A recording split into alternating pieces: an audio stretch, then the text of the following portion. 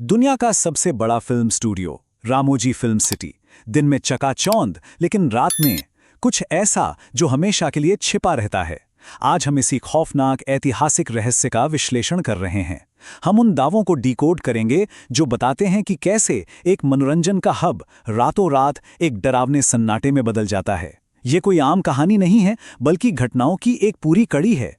अब देखिए, दिन के वक्त ना ये जगह किसी जादुई दुनिया से कम नहीं लगती। भव्य सेट, हर साल शूट होने वाली सैकड़ों फिल्में और हजारों टूरिस्ट्स की भारी भीड़, एकदम चहल पहल। लेकिन ये विशाल स्टूडियो बाहर से जितना भव्य दिखता है, सूरज ढलते ही इसका माहौल उतनी ही तेजी से बदल जाता है। दिन की वो पूरी रौनक एक ऐसे वीरान सन्नाटे में बदल जाती है जिसकी आप कल्पना भी नहीं कर सकते। और यहीं पे आता है वो सबसे बड़ा विरोधाभास। एक तरफ 2000 एकड़ का दुनिया भर में मशहूर फिल्म हब और दूसरी तरफ इसका खौफनाक अतीत। स्थानीय इतिहासकार बताते हैं कि निजामों के दौर में ना ये पूरी जमीन एक बहुत बड़ा युद्ध क्षेत्र हुआ करती थी। यहाँ कई खूनी लड़ाइयाँ लड़ी गईं और सबसे भयानक बात यह है कि हजारों सैनिक यहाँ बेहद दर्दनाक मौत मारे गए और उन्हें कभी उचित अंतिम संस्कार तक नसीब नहीं हुआ। ऐसा माना जाता है कि उन्हीं सैनिकों की आत्माएं आज भी इस मिट्टी में भटक रही हैं।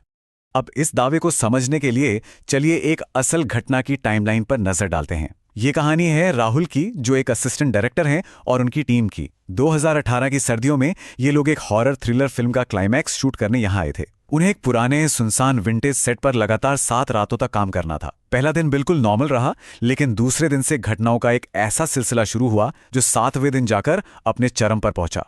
तो दूसरा दिन, रात के ठीक 2 बज रहे थे। कड़ाके की ठंड थी। राहुल अपने मॉनिटर के सामने बैठकर सीन देख रहे थे। सेट पर सब कुछ रूटीन के हिसाब से चल रहा था। तभी अचानक भारी भरकम 10 के लाइट्स बुरी तरह टिमटिमाने लगीं। जनरेटर में कोई खराबी नहीं थी, फिर भी ऐसा होना बहुत अजीब था। और इससे पहले कि कोई कुछ समझ पाता, एक दिल दहला देने वाली चीख ने पूरे सेट को सुन्न कर दिया। वो चीख एक लाइटमैन की थी, और ये जो नंबर 15 आप देख रहे हैं, ये उस रात के खौफ को बयां करता है। वो इंसान सीधे 15 फीट की ऊंचाई से कंक्रीट के कठोर फर्श पर आ गिरा था। 15 फीट कोई छोटी ऊंचाई नहीं होती। किस्मत अच्छी थी कि उसकी जान बच गई, लेकिन गिरने के बाद वो जिस तरह से बुरी तरह कांप रहा था, वो किसी चोट के दर्द से कहीं ज्यादा दिमागी खौफ का नतीजा था। अब ध्यान से सुनिए कि उस लाइटमैन ने गिरने के बाद बताया क्या। ये बिल्कुल वैसा ही है जैसा आप सामने देख रहे हैं। उसने कहा, सर, ऊपर मेरे अलावा कोई नहीं था, लेकिन जैसे ही मैं लाइट ठीक करने लगा, किसी ने बहुत ताकत से मेरे कंधों पर दोनों हाथ रखे और मुझे पीछे धकेल दिया। हवा में एक अजीब सी ठंडी सांसों की सरसराहट थी। जरा सोचिए इस बात को। ऊपर कोई नहीं था। ये महज कोई दुर्घटना नहीं थी, बल्कि किसी अदृश्य और बेहद शक्तिशाली चीज की मौजूदगी का पहला सीधा एहसास था। खैर, क्रेन की उस घटना के बाद शूटिंग किसी तरह आगे बढ़ी, लेकिन यह सन्नाटा ज्यादा देर टिकने वाला नहीं था। तीसरे दिन ये खौफ पहुंचा फिल्म की लीड एक्ट्रेस नेहा तक। नेहा फिल्म सिटी के ही एक विलानुमा वीआईपी मेकअप रूम में रुकी थी। रात का ब्रेक हुआ, वो टचअप के लिए कमरे में गईं। उनकी मेकअप आर्टिस्ट सामान लेने बाहर गई हुई थी, यानी नेहा उस बड़े से वीआईपी कमरे में बिल्कुल अकेली थी। और उस अकेलेपन में उनके साथ जो हुआ, वो रोंगटे खड़े कर देने वाला था। एक के बाद एक 3 चीजें हुईं। सबसे पहले कमरे का तापमान अचानक इतना गिर गया जैसे कोई बर्फ रख दी गई हो।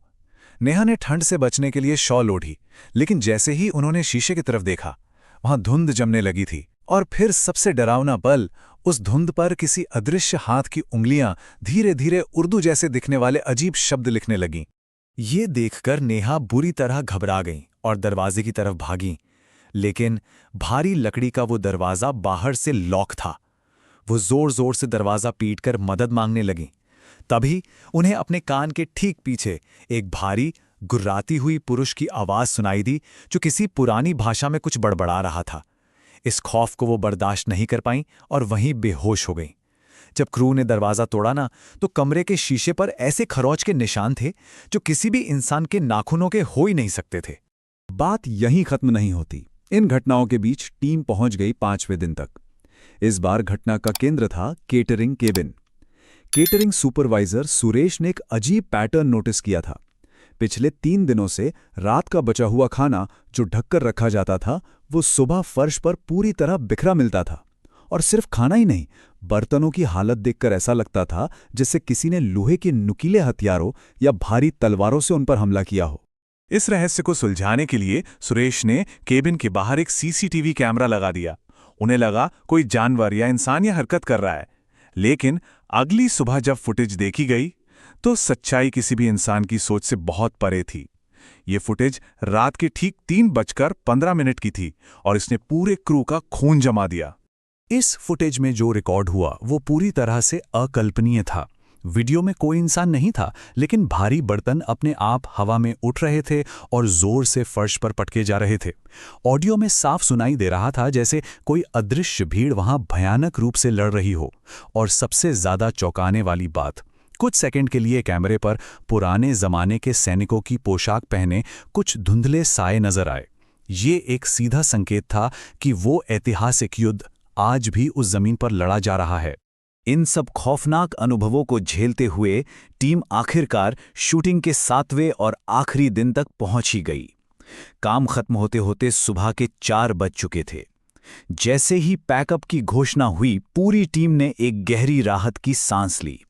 वो बस किसी तरह अपनी गाड़ियों में बैठकर इस मनहूस जगह से बाहर निकलना चाहते थे। लेकिन उस जमीन ने अभी अपना आखिरी दृश्य नहीं दिखाया था। जैसे ही सब अपनी गाड़ियों की तरफ बढ़े, पूरे फिल्म सिटी के उस वीरान इलाके में एक बहुत बड़ा ऑडिटरी इल्यूजन यानी आवाज़ों का एक बवंडर गूंज उठा। और ये कोई छोटी मोटी आवाज़ नहीं थी। इसमें भारी तलवारों के आपस में टकराने की तेज आवाज़ें, घोड़ों का हिंसक रूप से हिनहिनाना और अनगिनत पुरुषों की दर्दनाक चीखें शामिल थीं। यह सब इतना जोरदार था कि ऐसा लग रहा था मानो सदियों पुराना वो खूनी युद्ध उसी वक्त बिल्कुल लाइव उनके सामने लड़ा जा रहा हो। इस आखिरी रूह कपा देने वाले अनुभव के बाद ना किसी की भी हिम्मत नहीं हुई कि वो पीछे मुड़कर देखे। राहुल और डायरेक्टर ने तुरंत गाड़ियां स्टार्ट की और सीधे होटल की तरफ भाग निकले। उस भयानक रात के बाद राहुल और उनकी पूरी टीम ने कसम खा ली कि वो अपनी जिंदगी में कभी भी रामोजी फिल्म सिटी में रात की शूटिंग नहीं करेंगे। उनका अनुभव इतना गहरा था कि वो हमेशा के लिए उनके जहन में छप गया। तो ये पूरा विश्लेषण हमें एक बहुत ही गहरे सवाल पर लाके खड़ा कर देता है। दिन में लाखों लोगों के चेहरों पर मुस्कान लाने वाली ये जगह रात में एक वीरान कब्रिस्तान क्यों बन जाती है? क्या ये वाकई उन बेकसूर सैनिकों की आत्माएं हैं जो आज भी अपना अधूरा युद्ध लड़ रही हैं, या फिर ये महज इंसानी दिमाग का एक सामूहिक भ्रम है? इस सवाल का एकदम सटीक जवाब तो शायद कभी न मिले, लेकिन रामोजी की उन सुनसान रातों का सन्नाटा अपने आप में बहुत कुछ कह जाता है। इस चर्चा में शामिल होने के लिए आपका बहुत बहुत धन्यवाद।